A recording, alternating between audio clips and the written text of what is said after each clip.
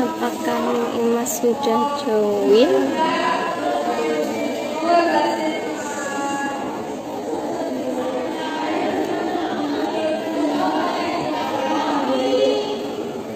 Sebentar ya teman-teman.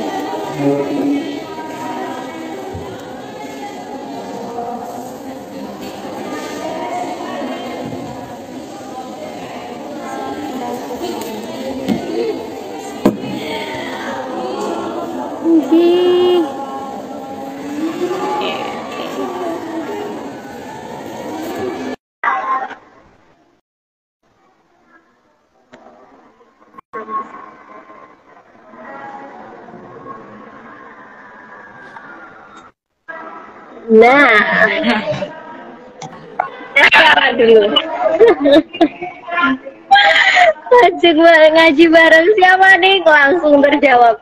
Siapa dia?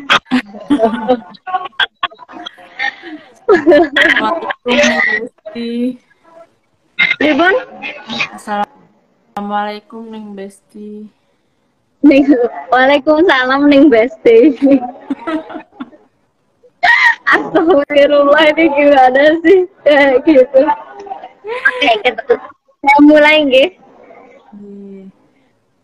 Bismillahirrahmanirrahim. Assalamualaikum warahmatullahi wabarakatuh. Alhamdulillahirabbil alamin. Wassalatu wassalamu ala asyrofil anbiya'i wal mursalin. Sayyidina wa maulana Muhammadin wa ala alihi wa sahbihi ajma'in. Amma ba'd. Yang terhormat Ibu Nyai Hajah Hani Maftuhah Afif selaku Ketua Umum JP3M Nusantara. Yang terhormat para Ibu Nyai jajaran kepengurusan Pusat JP3M Nusantara. Yang terhormat Ketua Nawaning JP3M Nusantara Ning Petra Nur Hikmah beserta jajaran kepengurusan Nawaning JP3M Nusantara.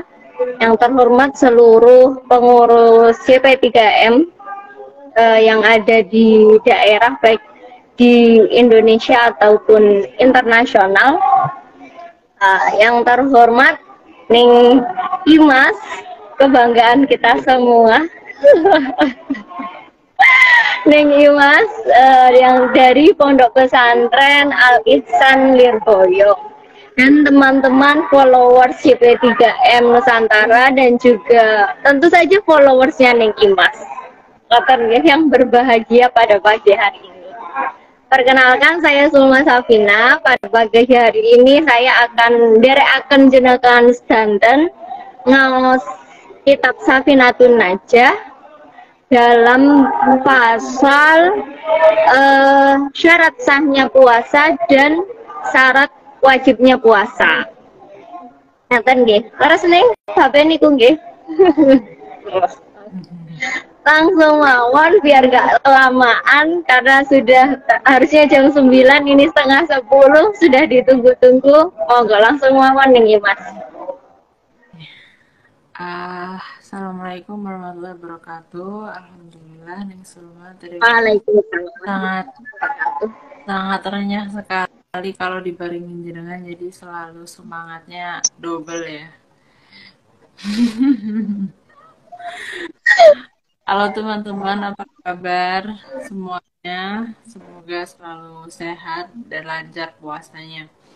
Pada pagi menjelang siang hari ini, kita akan membahas tentang syurutu sihatihi wa wujubihi. Yang pertama, syarat sah puasa. Syurutu sihati arba'atu asya'a. Adapun syarat sahnya empat. Yang pertama adalah Islam. Tentu saja dia harus orang yang mukalaf, orang yang terkena taklif. Salah satu orang yang mukalaf itu adalah Islam, dan sehingga mengecualikan orang-orang yang memang di situ tidak beragama Islam, dan tetapi tidak mengecualikan orang yang awalnya beragama Islam kemudian dia keluar dari Islam. Jadi orang-orang yang murtad itu sebetulnya adalah orang yang tetap terkena taklif, karena bagaimanapun juga murtad tidak dibenarkan Sehingga keberadaan orang yang murtad itu diharuskan tetap berpuasa sebenarnya. Sehingga dia ini ketika misalnya murtad dan kembali lagi ke agama Islam, maka dia wajib mengganti seluruh puasa yang ditinggalkan, begitu juga sholatnya. Ribet ya. Kemudian yang kedua adalah syarat wajibnya puasa itu adalah kepada orang yang berakal. Nah, orang yang berakal di sini mengecualikan orang-orang yang gila atau orang-orang yang idiot, orang-orang yang akalnya tidak berfungsi dengan sebagaimana mestinya. Bagaimana kalau misalnya orang yang kena mental? Jangan sekali banyak yang kena mental nih. Nah, mengecualikan penyakit-penyakit yang sebetulnya masih bisa seseorang tersebut mengfungsikan akalnya dengan baik. Sehingga maksudnya yang tidak berakal itu adalah orang-orang yang memang betul-betul tidak normal secara akal dan tidak dianggap normal secara kebanyakan orang. Jadi memang betul-betul orang yang gila atau orang yang idiot. Bukan hanya orang yang depresi atau misalnya orang yang sedang terkena masalah. Kemudian mengecualikan orang yang tidak berakal adalah orang yang hilang akalnya. Jadi misalkan orang itu pingsan, orang itu tiba-tiba kehilangan akalnya dalam jangka waktu tertentu. Misalkan kayak ada penyakit juga seperti epilepsi, kemudian dia kehilangan akal. Lah. Pada saat itu dia tidak diwajibkan, tidak terkena taklif, tetapi nanti saat dia sadar maka dia terkena taklif lagi. Kemudian yang keempat adalah naqa'u an nahwi haidin, bersih atau suci dari haid ataupun nifas.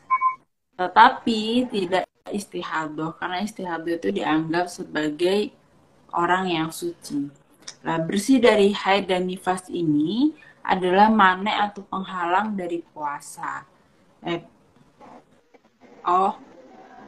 Bersih dari haid dan nifas ini merupakan sesuatu yang mewajibkan seseorang untuk berpuasa. Sehingga ketika orang ini haid ataupun nifas, maka orang tersebut dilarang atau diharamkan untuk berpuasa. Ini merupakan sesuatu yang menghalangi seseorang untuk melakukan puasa, yakni keluarnya haid ataupun nifas. Tetapi ketika orang itu sudah bersih dari haid dan nifas meskipun belum mandi, maka maneknya itu hilang.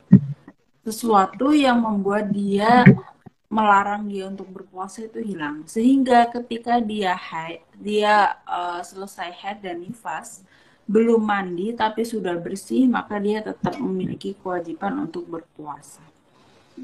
Karena kewajiban puasa itu sebab haid dan nifas, bukan sebab orang yang junub. Jadi kalau misalnya dia dalam keadaan junub, maka dia wajib berpuasa. Kan namanya orang yang selesai dari haid dan nifas tapi belum mandi, namanya kan orang junub.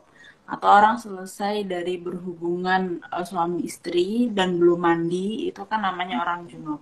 Nah, junub ini tidak menjadi manek daripada puasa. Tetapi yang menjadi manek atau menjadi sesuatu yang mencegah untuk melakukan puasa itu haid dan nifasnya. Sehingga ketika sudah bersih dari haid dan nifas, kok dia belum mandi dalam keadaan junub, tapi misalnya sudah subuh, ya dia tetap harus berpuasa. Mandinya nanti setelah subuh nggak apa-apa. Kurang lebih demikian. Kemudian yang keempat adalah ilmu bikaunil wakti qabilan disomi, yaitu mengerti waktu masuknya puasa. Jadi mengerti kapan masuknya bulan Ramadan. Dan ini mengertinya itu adalah mengerti dengan hakul yakin, karena khobar orang yang adil ataupun khobar dari lembaga institusi yang dipercaya seperti Lajnah Falakiyah, atau misalkan sekarang kan ada sidang isbat itu maka dicukupkan. Kalau zaman dulu kan harus khobarnya orang yang adil, harus orang yang tersebut adil syahadah. Adil syahadah itu adalah orang yang adil dalam memberikan saksi di pengadilan karena dia bukan orang yang fasik. Jadi orang yang adil syahadahnya, orang yang adil syahadah saksinya ataupun ungkapannya ataupun pemaparannya itu adalah orang yang di situ bukan orang yang fasik. Orang fasik itu orang yang melakukan tidak pernah melakukan dosa besar dan tidak konstan melakukan dosa kecil. Itu orang yang fasik. Zaman sekarang kayaknya hampir semua fasik. Tapi ya nggak boleh seudon besti, jadi kita harus susah. Nah, di situ sehingga orang zaman dulu tuh harus dari khobar orang yang adil syahadahnya. Khobar daripada munculnya hilal. Nah, orang yang adil syahadah itu salah satunya juga selain tidak fasik adalah orang yang memang mengetahui dengan pasti terlihatnya hilal. Jadi dia menguasai lah ilmu falak. Kalau zaman sekarang nggak usah susah-susah gitu mencari orang yang adil, tinggal buka sosmed atau buka TV, di situ sudah mencukupi karena itu menjadi perpanjangan tangan daripada lembaga ataupun lajnah falakiyah daripada sidang isbat yang dilakukan di Jakarta sana. Sebetulnya sekarang itu sudah sangat mudah sekali. Jadi ilmu bikaunil waktu qabilan lisomi itu ataupun mengetahui waktu puasa itu merupakan sah puasa, dan zaman sekarang itu pasti orang sudah tahu ya kapan masuknya bulan puasa. Karena pasti akan diberitakan di mana-mana. Kalau zaman dulu susah. Jadi kalau misalkan zaman dulu itu ada daerah yang misalkan yang satunya terlihat hilal, di Semarang kelihatan hilal, di Kendal kok nggak kelihatan hilal lah, maka Kendal itu akan disamakan dengan Semarang. Karena apa? Karena jarak antara Kendal dan Semarang itu tidak ada masafatul qasri. Jadi kalau misalnya jaraknya itu sudah sampai masafatul qasri, maka konsekuensi penglihatan hilal itu bisa jadi berbeda. Tetapi kalau misalnya jaraknya tidak sampai masafatul qasri, dia dianggap satu daerah dan dianggap satu balad, sehingga konsekuensinya ketika satu daerah yang tidak sampai masafatul qasri itu terlihat hilal, maka dia juga tidak masuk waktu Ramadan. Kalau misalnya daerah itu kelihatan hilalnya, maka masuk Ramadan. Jadi maksudnya begini, masafatul qasri itu kan sebagian ulama minimalnya 88 kilometer. Kalau misalkan di Kediri kelihatan hilal, di Nganjuk nggak kelihatan, berarti Nganjuk itu ikut Kediri. Ini menurut dalam Ihya Asrarus Saum. Sehingga tapi zaman sekarang tuh gampang banget sih, maksudnya udah kita ikut apa kata lajnah falaki itu sudah beres. Itu adalah syarat sah puasa. Kemudian yang selanjutnya kita membahas tentang syarat wajib puasa. Syarat sah dan syarat wajib. Ada orang yang wajib puasa tapi puasanya tidak sah karena tidak memenuhi 4 tadi. Ada orang yang sah puasanya tapi sebetulnya dia belum memenuhi kewajiban untuk melakukan puasa nih gitu. Jadi semuanya harus saling memenuhi, saling melengkapi gitu. Seperti berelasi, kita harus saling mengisi dan saling menguatkan. Jauh banget. Kalau sama Neng Somak bawaannya halu, guys. Aduh, kok jadi aku yang disalahin ini? Syurutu wujubi khamsatun. Jadi wujubi khamsatun. Jadi syarat wajibnya puasa itu ada 5. Tadi syarat sahnya itu ada 4. Islam, akal, bersih dari haid dan nifas, dan mengetahui waktu masuknya bulan Ramadan. Itu adalah syarat sahnya puasa. Kemudian yang kelima syarat wajib puasa. Yang pertama adalah Islam, kemudian taklif ataupun orang yang terkena taklif, sama berarti. Syarat kewajiban puasa ini adalah orang yang Islam. Syarat sahnya puasa itu juga orang yang Islam. Nah, Islam di sini lagi-lagi mengecualikan orang yang murtad. Orang yang murtad, orang yang keluar dari Islam, maka dia itu sebetulnya tetap terkena kewajiban untuk melakukan kewajiban sebagaimana orang Muslim. Cuman kewajiban tersebut terhalang daripada dia ini murtad, sehingga dia itu sebetulnya orang yang murtad ini memiliki kewajiban untuk segera kembali kepada Islam. Begitu. Kecuali kalau misalnya orang yang memang non-muslim ini tidak memiliki kewajiban untuk melakukan ibadah-ibadah yang disyariatkan. Karena ya memang dia tidak muslim ya. Kemudian yang kedua taklif. Jadi orang yang terkena taklif atau orang yang mukalaf. Orang yang mukalaf di sini yaitu adalah orang yang baligh. Kemudian orang yang di situ bukan orang yang gila, bukan juga orang yang memiliki kasus-kasus tertentu sehingga dia mendapatkan rukhsah atau keringanan untuk tidak berpuasa. Tetapi sebetulnya orang yang mendapatkan rukhsah itu orang yang terkena taklif untuk berpuasa. Namun karena adanya kasus yang menyebabkan dia ini terhalang ataupun merasa berat untuk melakukan puasa, maka dia tidak melakukan puasa. Tapi sebetulnya dia tetap orang yang terkena taklif atau orang yang mukalaf. Orang yang tidak mukalaf adalah orang yang belum balik.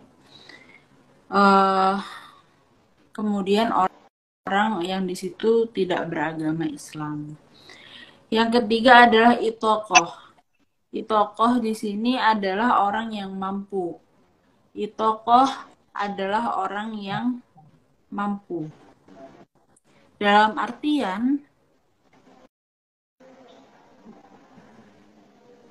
oh iya, orang yang terkena taklif atau dianggap mukalaf itu selain orang yang sudah balik, orang yang muslim, tapi juga orang yang berakal. Jadi orang yang berakal itu dianggap sebagai orang yang terkena taklif atau dianggap sebagai orang yang mukalaf, sehingga mengecualikan orang-orang yang tidak berakal. Seperti orang gila yang seperti saya jelaskan di awal tadi. Kemudian syarat yang ketiga, syarat wajib puasa yang ketiga itu adalah orang yang mampu. Jadi di situ adalah orang yang memang mampu untuk melaksanakan puasa, istitoah, itokoh. Jadi memang bukan orang yang sangat-sangat memiliki sangat-sangat kepayahan untuk berpuasa seperti halnya orang yang sudah tua renta yang ketika dia puasa itu justru membahayakan kesehatannya, yang tidak ada harapan atau tidak ada lagi yang namanya ya harapan dia bisa berpuasa karena saking tuanya, atau misalkan ibu hamil dan menyusui yang takut terhadap kondisi dirinya atau bayinya meski dengan konsekuensi yang berbeda. Kalau misalnya takut kepada bayinya, maka dia bayinya saja, takut kepada kesehatan bayinya saja, dan sehingga itu membuat dia tidak berpuasa, maka konsekuensinya dia harus mengqadha dan juga membayar fidyah. Tapi ketika dia mengkhawatirkan dirinya atau dirinya dan bayinya, pokoknya ada dirinya sendiri nih, maka dia itu hanya wajib mengqadha saja tanpa membayar fidyah. Karena puasa ini adalah ibadah yang harus dilakukan oleh seseorang. Kalau seseorang meninggalkan puasa karena mengkhawatirkan orang lain, maka dia harus konsekuensinya selain mengqadha juga harus membayar fidyah. Berbeda kalau misalkan dia ini tidak puasa karena mengkhawatirkan dirinya sendiri dan dia sendirilah yang terkena kewajiban untuk melakukan puasa, dan syarat sah puasa adalah orang yang memang mampu. Jadi ketika tidak mampu itu merupakan sebuah rukhsah, merupakan sebuah keringanan, yakni dia boleh tidak berpuasa tapi dengan konsekuensi mengqadha tanpa adanya fidyah. Karena syarat wajib puasa ini itokoh ataupun mampu. Jadi orang itu mampu Jadi orang itu mampu untuk mendatangi kewajiban puasa. Kalau misalkan orang sakit bagaimana ya, kalau misalkan dengan berpuasa dia semakin lemah, semakin pemulihannya lama, atau ada anjuran dari ahlul khubroh, dari dokter atau orang yang ahli di bidangnya itu untuk tidak berpuasa ya, tidak berpuasa tidak apa-apa. Atau misalkan orangnya ini memiliki kasus tertentu, dalam artian dia tidak bisa tidak makan dalam jangka waktu tertentu, maka dia juga harus yang namanya kok harus nih, maka dia juga boleh yang namanya puasa. Ya kita tahulah pokoknya ukuran-ukuran untuk orang yang mampu itu seperti apa, kita sendiri tahu dan bisa mengukurnya. Kemudian yang keempat adalah sehat. Nah, di sini juga merupakan sebuah syarat wajib puasa. Sehat ini masuk dalam kategori orang yang tidak mampu kan sebetulnya. Tapi di sini juga dijabarkan bahwa orang yang ketika di situ memiliki kesehatan yang buruk, orang yang tidak mampu berpuasa karena memang faktor risiko kesehatannya ini ketika berpuasa akan membahayakan, maka dia tidak diwajibkan untuk berpuasa. Sangat murah sekali sebetulnya Islam itu.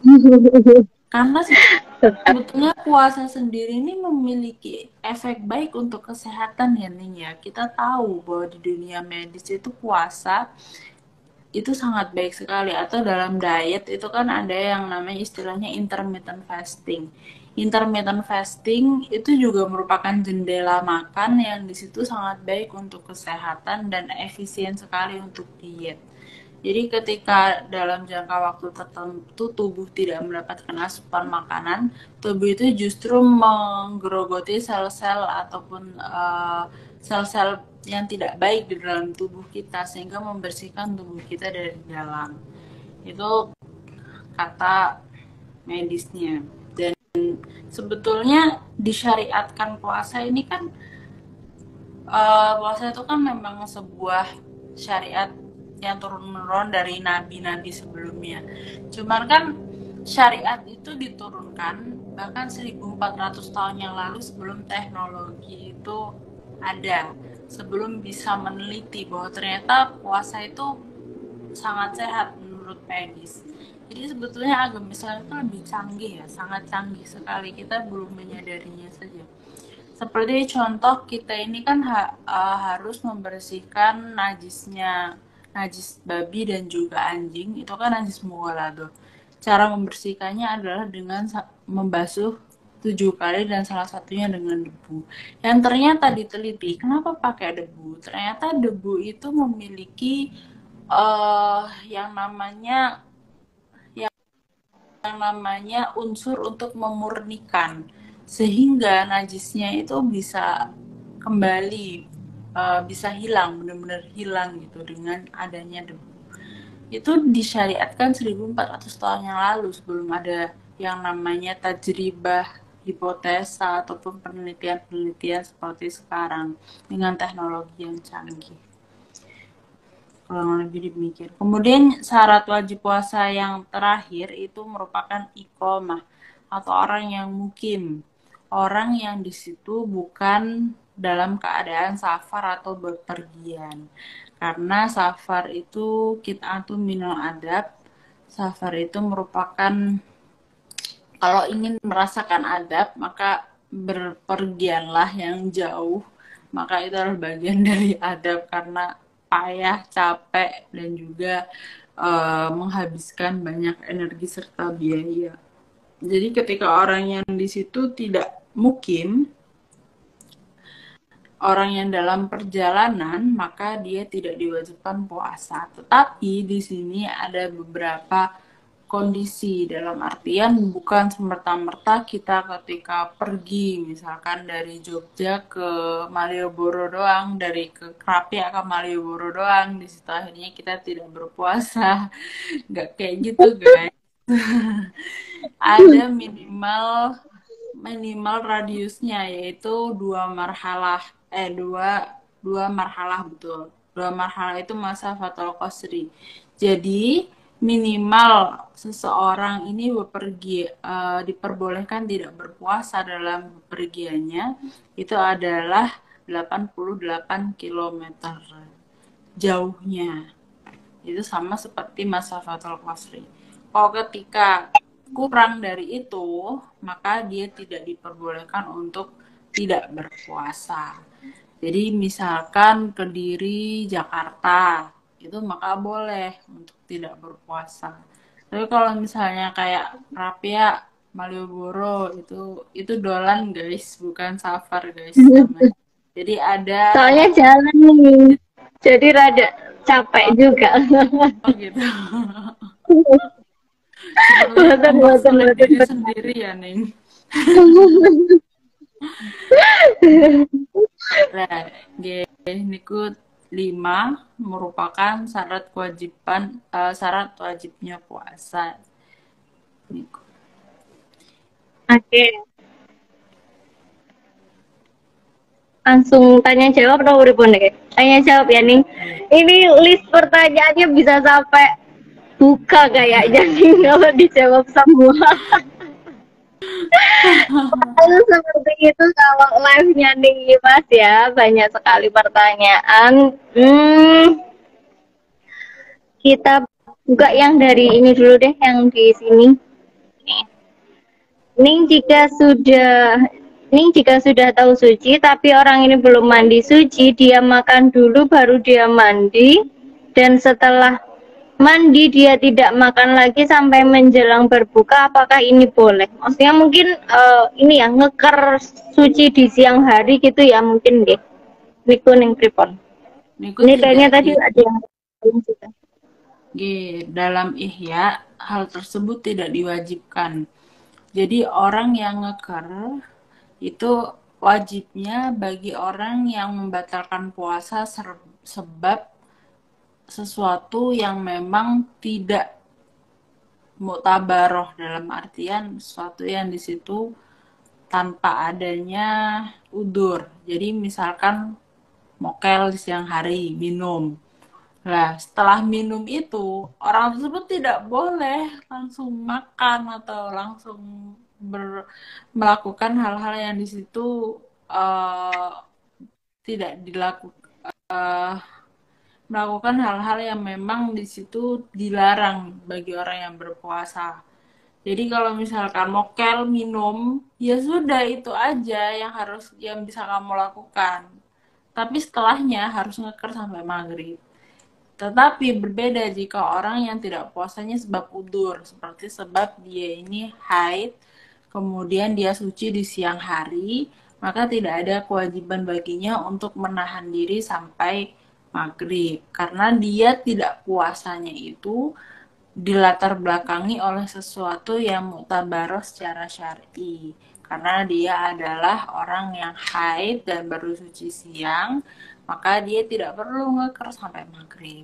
Cuman kalau misalnya dia orang yang tidak berpuasa karena mokel, dalam artian puasanya ini batal karena mokel, jadi setelah dia mokel yang dia makan pertama kali itu loh, habis itu dia nggak boleh makan lagi gitu, harus ditunggu sampai maghrib. Ngeker niku maksudnya menahan diri dari tidak makan dan minum, tapi statusnya juga bukan orang yang berpuasa. Niku ngeker. Oke, ini ada pertanyaan lagi dari Mbak Camelia Virus. Ini mungkin saya sambil merangkum ya dari pertanyaan-pertanyaannya. Ada yang bilang banyaklah yang mirip-mirip. Tapi intinya adalah melaksanakan puasa tapi melalaikan sholat, itu bagaimana? Itu juga termasuk yang belum mandi wajib. Mandi wajibnya ada pertanyaan juga, mandi wajibnya itu kalau sebelum buka, itu puasanya gimana? Jadi maksudnya Ron? Jadi melaksanakan puasa tapi melalaikan sholat. Terus juga ada lagi pertanyaan puasa tetapi belum mandi wajib seharian. Mandi wajibnya menjelang buka puasa, itu sah juga apa enggak puasanya? Jadi begini, pertanyaannya. kalau ada kalanya orang itu berpuasa sah secara puasanya, tapi tidak sah secara pahalanya. Ada orang yang gugur puasanya, batal puasa itu konsekuensinya kan kodok. Tetapi kalau batal pahala puasa, konsekuensinya dapat lapar dan minum saja. Itu seperti halnya orang yang berpuasa tapi tidak melaksanakan kewajiban yang lainnya. Seperti halnya orang yang berpuasa tapi tidak sholat, orang yang berpuasa tapi maksiat, orang yang berpuasa tapi menghabiskan hari-harinya untuk melakukan hal-hal yang di situ dekat dengan kemaksiatan, maka dia hanya mendapatkan lapar dan hausnya saja, tapi dia tidak mendapatkan pahala. Nah, membatalkan pahala puasa ini bukan berarti puasanya tidak sah. Puasanya sah, tapi pahalanya tidak ada gitu. Seperti halnya orang yang di situ misalkan mendapatkan mendapatkan makanan atau mendapatkan uang dengan cara yang salah misalkan. Dia makan daripada hasil berjudi atau hasil mencopet misalkan. Sebetulnya makanannya dia beli halal, tapi haram gitu loh. Makanannya haram tapi halal. Bisa ada konsekuensi yang berbeda gitu. Seperti halnya yang tadi puasanya sah, tapi pahalanya tidak ada. Kemudian bagaimana orang yang menunda-nunda mandi wajib itu sama dengan orang yang lalai dan ceroboh. Seharusnya itu tidak dilakukan karena bagaimanapun juga mandi wajib ini konsekuensinya dengan kewajiban sholat kita. Mungkin puasa kita masih sah karena penyebabnya puasa itu kan haid dan penyebab dilarangnya puasa itu kan haid dan nifas. Sehingga ketika haid dan nifasnya sudah bersih meskipun belum mandi, dia tetap wajib melakukan puasa dan puasanya itu bisa tetap sah. Tetapi hal tersebut tidak membuat seseorang ini bisa melakukan sholat karena dia belum mandi. Sehingga kok dia ini tetap puasa tanpa sholat ya sama saja tadi, Mbak, pahala puasanya tidak ada. Oke, gitu ya. Jelas teman-teman ya. Terus ini tentang per ibu-ibu nih. Ada yang hamil, ada yang busui. Nah, ini ada yang cerita bahwa tahun kemarin hamil, tahun selanjutnya menyusui. Nah, itu gimana nih? Apa namanya? Apakah bayar fidyah atau pripun? Mungkin tadi sebenarnya sudah dibahas. Oke. Jadi kalau misalnya ibu hamil dan ibu menyusui, dia diperbolehkan tidak berpuasa. Tetapi dengan konsekuensi yang berbeda tergantung penyebab yang melatar belakangi dia tidak puasa apa. Misalkan penyebab yang melatar belakanginya itu karena kondisi medis tertentu yang kondisi itu kembali pada dirinya sendiri sehingga dia merasa payah sekali ketika berpuasa, dia mengkhawatirkan dirinya ketika berpuasa, maka hal itu membuat konsekuensi yang mana dia hanya wajib mengkodok saja, tidak perlu membayar fidyah. Tetapi kalau misalkan dia ini kok tidak puasa karena mengkhawatirkan bayinya, tanpa ada unsur mengkhawatirkan dirinya sendiri, maka dia justru wajib membayar fidyah dan mengkodoknya.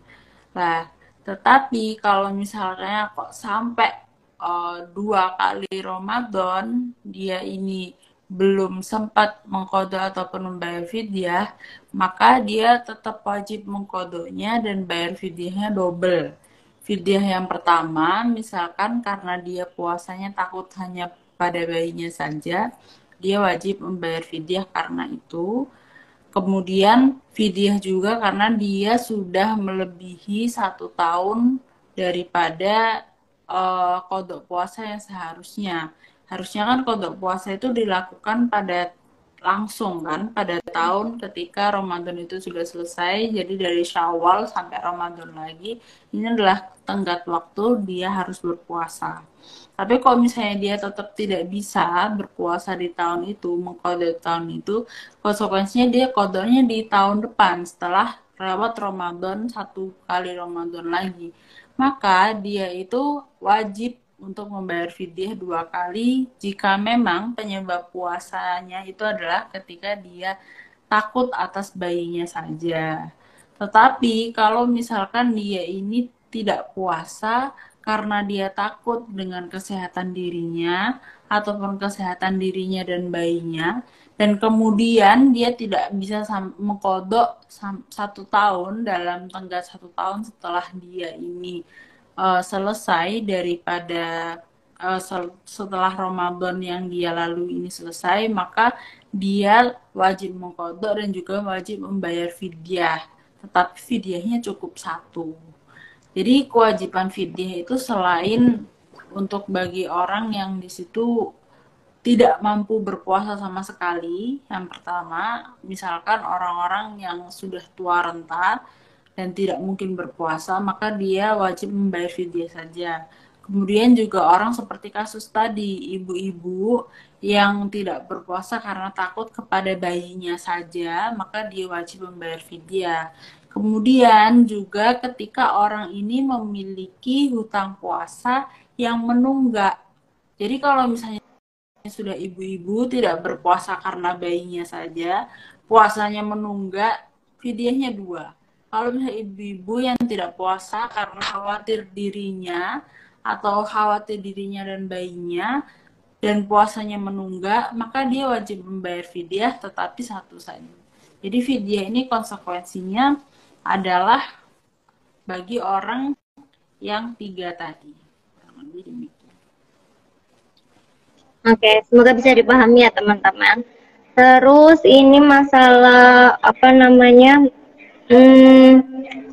aturan bayar fidyah nih. Mungkin juga sama kaitannya sama orang tua. Kalau misal orang tua sepuh itu tidak puasa, apakah bayar fidyah, atau misal ada yang dikodokkan ke anaknya, itu boleh apa enggak? Bayar fidyah atau gimana? Atau kodoknya di anaknya yang membayarkan gitu. Terus kalau membayar fidyah itu gimana ketentuannya? Membayar fidyah itu berapa banyak? Apakah dalam sehari atau waktunya tuh bisa dicicil atau gimana? Jadi kalau misalkan orang yang di situ dalam artian tidak mampu berpuasa, seperti halnya orang yang tua renta, tapi dia masih hidup, maka yang membayarkan tetap dirinya sendiri. Tapi kalau misalnya sudah meninggal, maka bisa dibayarkan oleh ahli warisnya, oleh anaknya. Tapi di situ ada beberapa ketentuan. Namun bagi seorang yang di situ memang masih hidup, kemudian kok sudah tidak mampu lagi berpuasa, seperti halnya orang tua, seperti yang saya jelaskan tadi, itu tetap harus dirinya sendiri yang memberikan fidyah. Nah, di sini ketentuan fidyah itu sebetulnya 6,75 ons, jadi bisa dibulatkan 700 gram makanan pokok di daerahnya. Jadi di Indonesia ini bisa beras dengan lauknya, dan fidyah ini merupakan makanan yang sudah matang. Jadi memberikan makanan kepada orang fakir miskin, bukan memberikan sembako. Yang diberikan itu adalah makanan yang matang yang bisa langsung dikonsumsi sehari. Satu orang miskin itu minimal adalah 6,75 gram atau 6,75 ons atau 700 gram. Itu untuk 1 orang. Jadi tidak boleh 700 gram itu diberikan kepada 2 orang, tidak boleh. Jadi 1 orang itu berhak mendapatkan 700 gram. Tetapi 1 orang itu boleh mendapatkan lebih dari 700 gram atau 700 gram dikali 2. Jadi misalkan eh, satu orang itu memiliki tanggungan fidyah sebanyak 5 hari. Berarti kan 5 hari dikali 5 dikali 6,75 ons atau 5 dikali 700 gram. Karena fidyah satunya itu mewajibkan seseorang mengeluarkan 700 gram makanan pokok. Nah, jadi dia memberikan tanggungan 5 hari puasanya itu dalam artian 700 gram dikali 5 diberikan kepada satu orang saja itu mencukupkan, nggak apa-apa. Jadi diberikan kepada satu orang miskin itu nggak apa-apa. Tapi kalau misalkan 700 gram dibagi dua diberikan kepada 2 orang itu tidak diperbolehkan. Kemudian waktu pembayaran fidyah itu bisa dilakukan ketika masuk pada bulan Syawal, maka hal itu diperbolehkan dia untuk membayar fidyah. Tapi ada juga yang mengatakan bahwa saat Ramadan juga tidak apa-apa gitu. Yang penting di situ dia membayarnya ketika sudah lewat hari daripada dia ini meninggalkan puasa dan hari yang menyebabkan dia mewajibkan untuk membayar fidyah. Bisa difahami ya? Kurang lebih demikian. Dan memberikannya itu kepada fakir miskin, kepada orang-orang yang di situ secara sosial, secara konstruksi sosial dianggap kurang mampu. Ukurannya bagaimana ya? Ukurannya sebetulnya tidak ada ukuran bakohnya. Yang penting ketika menurut konstruksi sosial orang itu dianggap orang yang kurang mampu, maka dia adalah orang yang berhak untuk mendapatkan fidyah. Ukurannya juga sama dengan orang yang berhak mendapatkan zakat, fakir miskin. Terus ini masalah batal puasa nih. Misal apa keramas siang hari sama berkumur, terus kemudian apa korek hidung itu apakah membatalkan atau pripun hukumnya? Sebetulnya hal yang membatalkan puasa pada dasarnya, pada konsepnya adalah memasukkan sesuatu pada lubang yang di situ memiliki jurusan langsung ke dalam perut, lubang terbuka yang manfaat maftuh, yang jurusannya ke jauh, lubang yang memiliki jurusan langsung ke perut. Berarti mengecualikan hal-hal yang masuk daripada lubang itu. Seperti halnya jarum suntik. Meskipun jarum suntik ini ada khilaf, jadi kalau misalnya jarumnya ini masuk pada nadi yang besar, maka itu dianggap membatalkan puasa. Tapi ketika jarumnya masuk kepada nadi yang kecil, seperti halnya di pantat atau di sini, itu tidak membatalkan puasa. Ini menurut hilafiyah sebagian ulama. Tapi ada juga yang mengatakan bahwa jarum suntik ini mutlak tidak membatalkan puasa karena dia tidak melewati lubang yang di situ lubang terbuka secara alami yang memiliki jurusan langsung ke perut, seperti halnya mulut, hidung, kuping, dan juga dubur. Oleh sebab itu, ketika seseorang ini berkeramas, maka sebetulnya bukan yang diharamkan itu bukan berkeramasnya, tetapi kekhawatiran masuknya air keramas itu ke telinga, ke hidung, ataupun ke mulut. Kemudian kalau misalnya orang yang ngorek upil, itu juga tidak membatalkan puasa, seperti halnya orang yang ngorek kuping, karena itu seperti halnya memasukkan alat saja, kemudian mengeluarkannya lagi. Tidak ada asar yang tertinggal di dalam lubang tersebut. Beda kalau misalkan kayak orang yang di situ memasukkan air ke kuping, dimasukkan gitu sampai biar masuk nih airnya.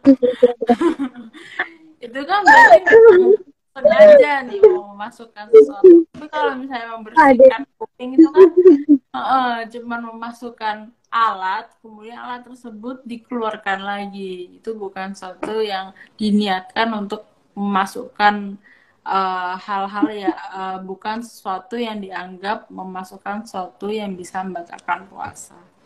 Kemudian berkumur di sini sebetulnya bukan hal yang membatalkan puasa, karena sebetulnya mulut ini dinamakan anggota dohir badan.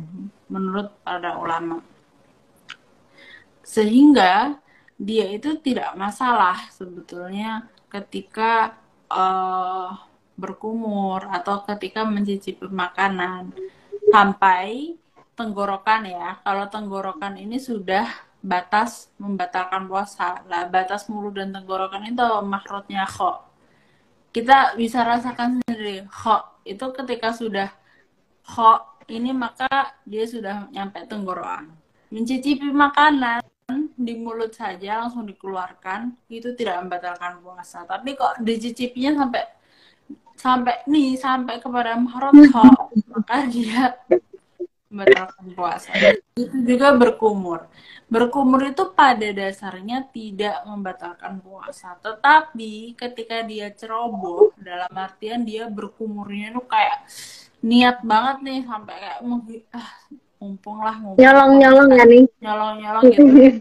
Akhirnya kok ada yang ketelan beneran lah, dia itu termasuk ceroboh dan membatalkan puasa. Tapi kalau kok dia ini berkumurnya sudah seperti hanya orang yang normal, tidak berlebih-lebihan, tapi kok tetap aja ada yang masuk, dalam artian ketika dia berkumur ada gempa bumi misalkan, atau tidak dikagetin orang, akhirnya apa yang dikumurin itu tertelan, itu kan berarti tidak sengaja, maka hal tersebut tidak membatalkan puasa karena tidak sengajanya. Tapi ketika berkumur dengan cara yang memang dia sengaja untuk ceroboh dan ternyata memang beneran ada yang masuk, itu yang membatalkan puasa. Jadi banyak sekali kasus yang berbeda. Oke, ini masih nih juga tentang itu berarti makruh atau tidak nih hukumnya? Berkumur. Berkumur itu seperti halnya bersiwak, makruh saat sudah ba'da zawal. Jadi sudah lingsirnya matahari jam 12 siang nih, maka dia itu sudah dimakruhkan untuk berkumur atau dimakruhkan untuk bersiwak ataupun sikat gigi gitu. Tapi kok sebelah zawal sebelum jam 12 siang maka tidak ada kemakruhan. Oke. Iya teman-teman jelas. Kemudian ini masih ramai juga di live chat itu adalah masalah fidyah tadi nih. Kalau beras gimana atau diuangkan itu gimana, dan terus boleh nggak dalam satu hari itu langsung semuanya apa dibagi apa gimana gitu? Ya memang kayak gini nih. Jadi kalau misalkan orang tuh dikasih tahu caranya begini gitu, tapi masih ngenyang juga kalau begini gimana gitu. Dan itu memang akhirnya menghasilkan banyak sekali hukum-hukum yang bervariasi dalam Islam. Iya. Akhirnya kita tahu gitu loh, kayak zakat itu kan menurut Syafi'iyah sebetulnya tidak boleh diuangkan, tapi menurut mazhab lain itu ada alternatif yang memperbolehkan untuk diuangkan sesuai dengan harga makanan pokok di daerah tersebut. Nah, bagaimana kalau fidyah? Fidyah ini ya, setahu yang saya pelajari, itu memberikan makanan guys, judulnya kepada orang fakir miskin. Memberikan makanan itu harusnya sudah matang guys. Berbeda seperti halnya kayak nyata loh. Kaifiahnya itu berbeda. Seperti hanya daging kurban itu dibagikan mentah. Tapi daging akikah itu diberikan matang.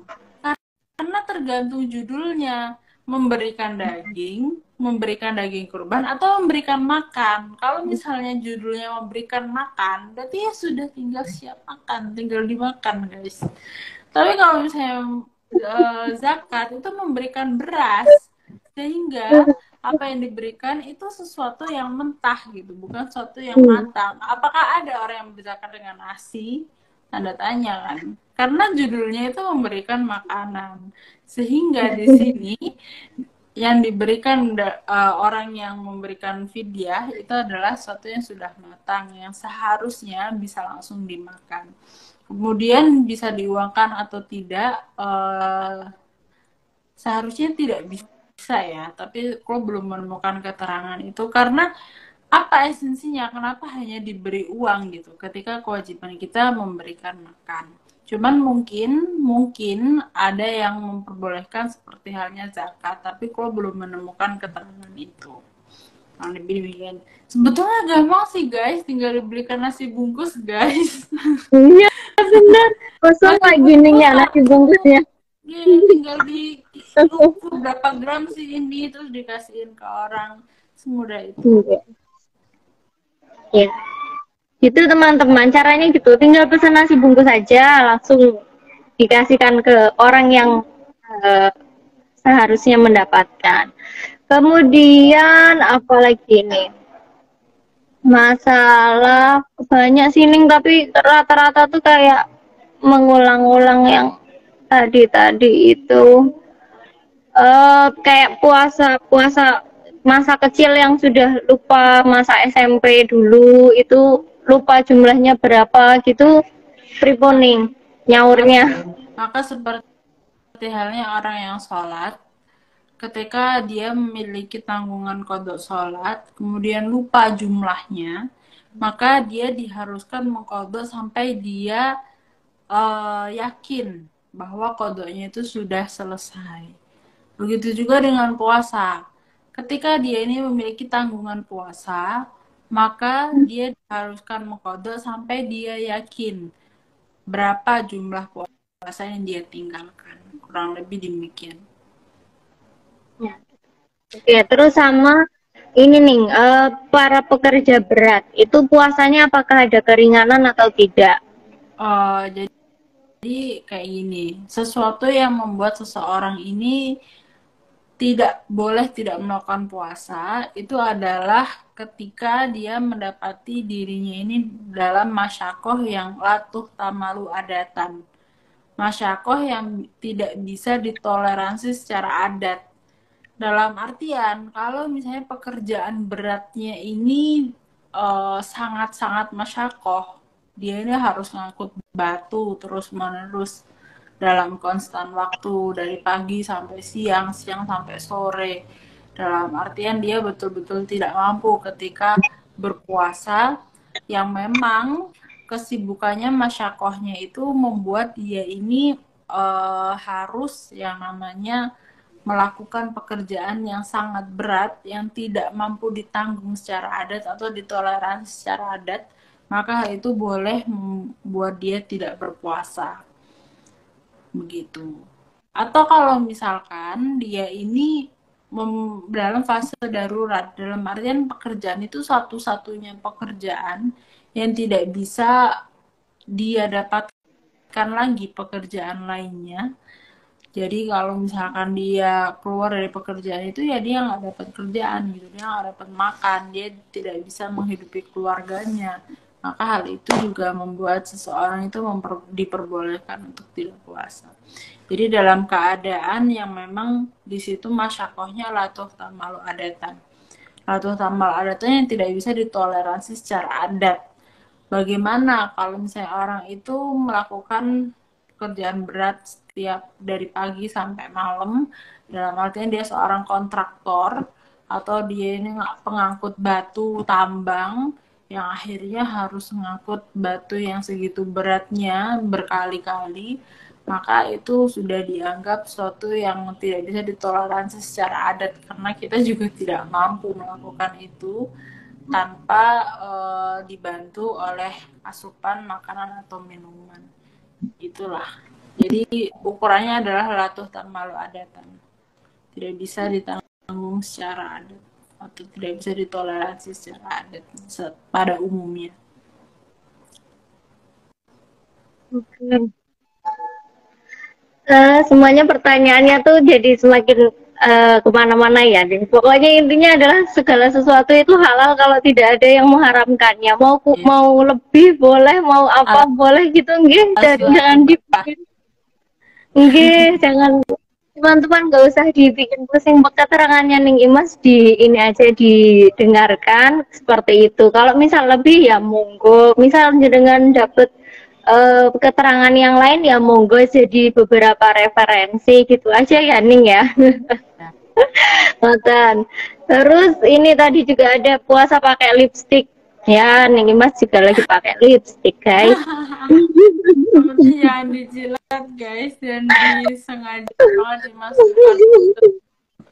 Tapi kalau Iya, jangan lupa. dimasukkan mulut kemudian dilepeh lagi, itu sama halnya kan mencuci makanan. Jadi sebenarnya tidak masalah, cuma ya kurang kerjaan juga gitu. Yang penting hati-hati aja lah gimana caranya lipstick itu tidak sampai tertelan. Tuh ya. Tuh, terus apa lagi ya? Kayaknya sih udah ya, yang lain-lain nanti teman-teman bisa disimak lagi, pertanyaannya juga banyak yang berulang-ulang. Kayaknya cukup ngoten nggih ning. Teman-teman cukup ya? Yeah. Sudahi ya. Soalnya yang lain-lainnya rata-rata juga masalah di luar puasa kayak tentang haid, darah-darah haid gitu. Ini nanti ada pembahasan yang lain teman-teman. Jadi pantengin terus live-nya JP3M, nanti ada pembahasan-pembahasan yang lain. Gitu nggih, biar yang lain nanti kebagian pertanyaan kalian juga. Ngoten nggih teman-teman, kita cukupkan. Nanti kalau masih ada yang jelas coba disimak lagi live-nya. Ngoten nih Mas. Maturnuun, terima kasih sudah disimak teman. Maturnuun yang Sulma. Nggih, sami-sami. Nggih. Lagi-lagi Sulma menjadi satpamnya ning Mas. Nggih. Gitu ya teman-teman, saya rasa cukup. Emang waktunya tuh sebenarnya sampai jam setengah jam aja, tapi ini udah sampai lebih, ini udah jam 10.16 gitu. Kurang lebihnya mohon maaf, saya selaku moderator apabila banyak kesalahan baik dari perkataan atau perilaku, mohon dimaafkan. Terima kasih sekali pada Ning Imas atas ilmunya pada pagi hari ini. Terima kasih juga teman-teman yang sudah menyimak, yang sudah bertanya, dan lain sebagainya. Terima kasih. Jangan lupa terus follow JP3M Nusantara dan tonton live-live